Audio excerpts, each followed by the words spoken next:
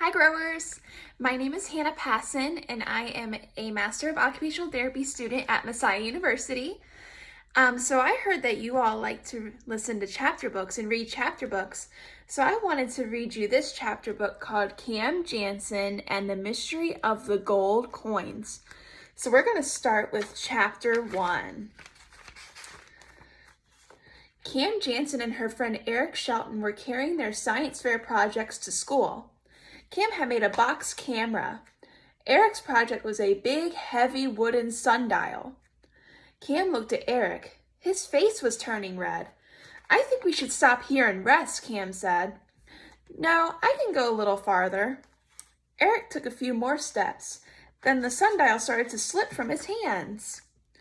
"Okay," Eric said. "We can rest now if you want to." And here we have a picture of Cam and Eric sitting on the steps. He must be pretty tired from carrying that heavy sundial all day long. They were standing close to a bus stop. Eric put the sundial down quickly before it could fall. Then he sat on the bus stop bench. Cam sat next to him. She put the black cloth bag she was holding on her lap. The camera was inside the bag. "You didn't have to make your sundial so big," Cam said. "I made it big so we could put it in the garden after the science fair. My mother said she'll plant ivy around it." Eric looked at the cloth bag Cam was holding and asked, "What are you going to do with your camera?" "I'll keep it, of course."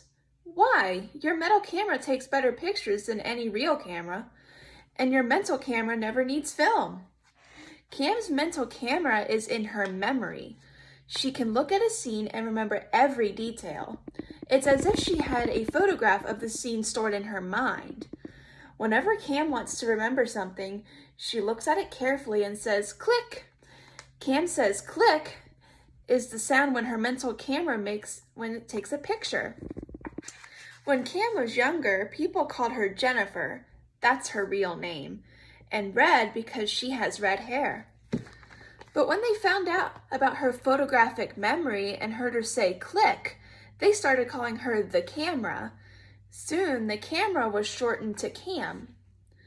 "I know that my mental camera doesn't need film," Cam told Eric, "but I can't show people the photographs stored in my brain. And I can't put my mental photographs in an album, so I need a real camera too." Just then, a bus stopped. A young couple got off. They looked at Eric's project. "What's that?" the man asked. "It's a sundial." "Can it really tell time?" the woman asked. "Sure, if the arrow is pointed north and the sun is shining." "And you carry that all around all the time," the man said. He laughed. "It must be heavy. Wouldn't it be easier to wear a wristwatch?" Eric started to explain that the sundial was for the 5th grade science fair, but the man wasn't listening. "I should have asked him how he winds it or if he tells time underwater," the man said to the woman as they walked away laughing. And here's a picture. You can see the man and the woman laughing, and Eric and Cam are looking at them. "Let's go," Cam said to Eric, "before someone asks you what time it is." Eric stood behind his sundial. He straightened his collar and smiled. "First, take my picture." Cam stepped back a few feet. She looked straight at Eric and said, "Click." "No, use your real camera." It was a bright spring day. The sun was behind Cam. "With this camera, you have to stand perfectly still for 5 seconds, she told Eric. "If you move, the picture will be a blur." Cam took the camera from the bag. She held it with both hands. She pulled a string that lifted a cardboard flap. Then she counted 1 Mississippi, 2 Mississippi, 3 Mississippi, 4 Mississippi, 5 Mississippi. She let the string go and the flap fell down again. "Do you think it will come out?" Eric asked. "If I aimed the camera right, you'll come out. You stood still, but behind you will be a blur." A car drove past. A man came out from one of the stores and someone walked by with a dog.